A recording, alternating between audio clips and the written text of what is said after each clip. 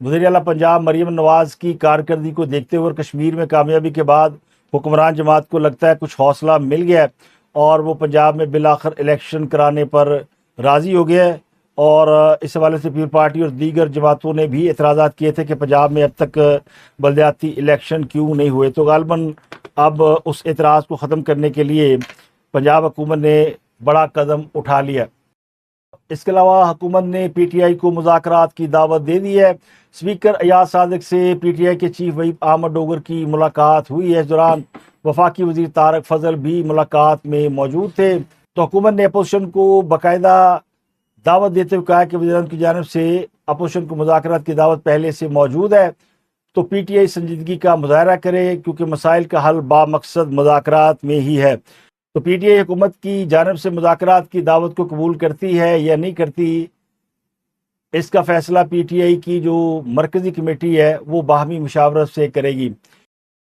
غیر ملکی خبر سا ایجنسی نے پاکستانی فوج اور پاکستان کے field marshal general Asim Munir کی تعریف کرتے ہوئے کہا ہے کہ پاکستانی فوج کی جانب سے سخت کریک ڈاؤن کے نتیجے میں پاکستان کے اندر توہین رسالت کے درج ہونے والے مقدمات میں غیر معمولی کمی واقع ہوئی ہے اور رواں سال اس قسم کے کیسز کی تعداد کم ہو کر صرف 13 رہ گئی ہے۔ Army chief general Asim Munir کی قیادت میں تحریک لبیک پاکستان جیسے سخت گیر گروپوں کے خلاف کارروائی کا مقصد بلوچستان اور خیبر پختونخوا میں غیر ملکی سرمایہ کاری کے تحفظ کے ساتھ ساتھ پڑوسی ملک کی بڑھتی ہوئی عسکریت پسندی کا گٹھ جوڑ توڑنا ہے۔ اس آپریشن کے باعث مساجد کے لاؤڈ سپیکر اور واٹس ایپ کے ذریعے ہجوم کو اشتعال دلانے کے رجحان میں نمایاں کمی پیش آئی ہے۔ تاہم انسانی حقوق کی تنظیموں کا کہنا ہے کہ قانونی انتظامی نظام میں مستقل اصلاحات نہ ہونے کی وجہ سے پولیس اور ججوں میں اب بھی ان حساس مقدمات کو سنبھالنے کا خوف موجود ہے۔ تو یہ غیر ملکی خبر سا ایجنسی نے اس حوالے سے ایک رپورٹ جاری کی ہے۔ اس کے علاوہ سیکورٹی فورسز نے بلوچستان میں خفیہ اطلاعات پر آپریشن کے دوران 12 دہشت گردوں کو ہلاک کر دیا ہے۔ آئی ایس پی آر کے مطابق 5 اگست کو بلوچستان کے ضلع واشق میں 6 دہشت گردوں کو جہنم حاصل کیا گیا ہے اور 6 اگست کو مستونگ میں سیکورٹی فورسز اور دہشت گردوں کے درمیان آمنے سامنے فائرنگ کا تبادلہ ہوا، جس کے نتیجے میں 6 دہشت گرد مارے گئے اور کارروائیوں کے دوران دہشت گردوں کا ایک ٹھکانہ بھی تباہ کر دیا گیا ہے۔ تو بلوچستان میں یہ چلنے والا تیسرا آپریشن ہے، آپریشن شبان، آپریشن عزم اور اب آپریشن رد الفتنہ۔ تو پاکستان کی سیکورٹی فورسز جو ہے وہ بلوچستان میں دہشت گردوں کا کلا کما کرنے میں مصروف ہے۔ تک کے لیے اتنا ہی، آپ سے ملاقات ہوتی ہے اگلے ویلاگ میں۔ اپنا گردنوا کے لوگوں کا بہت خیال رکھیے گا۔